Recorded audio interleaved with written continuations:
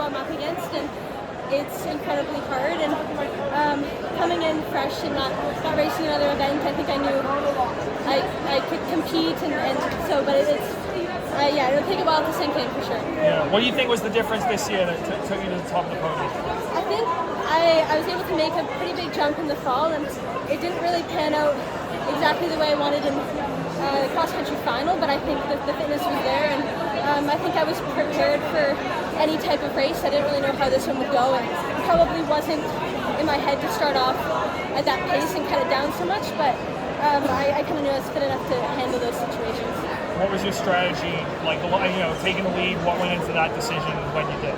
I think I just tried to really make the moves based on how I felt, and I felt good at that pace, and I didn't want to kind of make any decisions based off of what might happen, who might come around me, and just kind of go with how I felt. And I did not really want to race from the front for the last 600-800 meters, but I think I had the confidence in my fitness was there to do it. Ceili, you held off Doris. She's known for her kick. What's going through your head in 200 knowing she's right on her shoulder? I think honestly, in some races, sometimes you can kind of be like almost anticipating them to come around you. And I think today I just didn't wait for that, and I was like, I have a step and I have to just keep pushing. If she comes around me, I'm gonna have to respond. But I tried to kind of not cross that bridge till it came, and fortunately she didn't pass me. So. Those first couple laps seemed pretty relaxed. Is that what you were expecting from the race? Not really. I think with the times that have come into the NCAA this winter, I was like, it could go 8:30s from the gun, or it could jog, and you have to be ready to close hard regardless. So, I think today my positioning and how I was feeling kind of played out in my favor. When the pace started to pick up, how were you prepared for that pace change? I think when you know the caliber of athletes in the field, you know at some point it's going to pick up.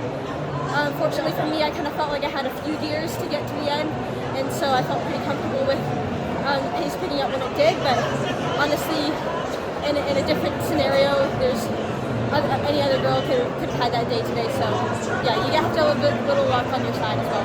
When that pace picked up, did you feel like the fact that you were fresher than some of the other women in the field, was that a mental advantage for you? Yeah, I mean, I know that all these women are very capable of running very strong races back to back, but at the same time, I have somewhat of the privilege to be coming in a little fresher, so I think that can hurt you. So I think I probably did have a little bit in my legs, where some people might have had it taken out in a pretty tough 5K or mile beforehand. You've kind of used the Olympics year as a little bit of a springboard to this year, right? So talk to me a little bit about that transition from obviously training for the Olympics, then cross country, and now indoor. It's been a long year, right? Yeah. So talk to me about that.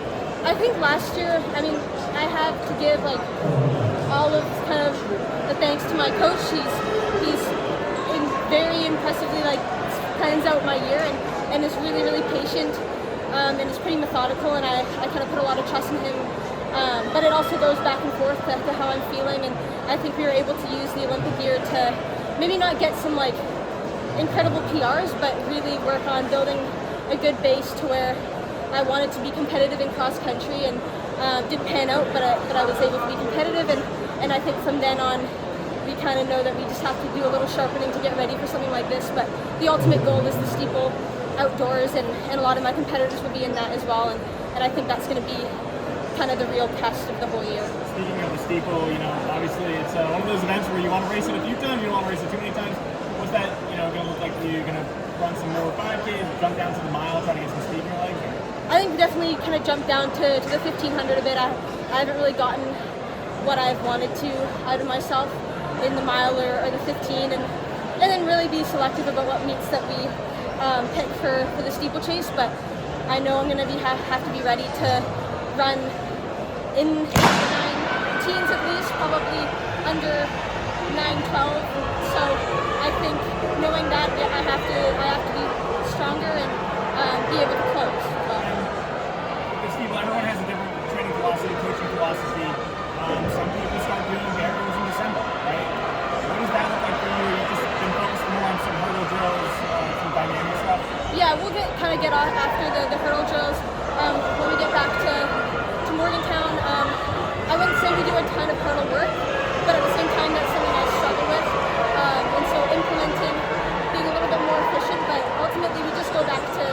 to work right after indoors and get back to kind of our strength, and then hopefully a little bit of speed to sharpen, and then hopefully I'll be ready in June. What advice did your coach give you heading into today? Honestly, I think it was more of a build-up over a few months, knowing that I was going to have done the work to be ready for this. So there wasn't really anything specific. I think we both didn't really know what to expect from this, other than you're going to have to close hard. But yeah, it was just trusting that we've done the work and knowing that you're like who you're up against, and just kind of going in with a mindset that you can be there with a lot to go, and then things like that can happen.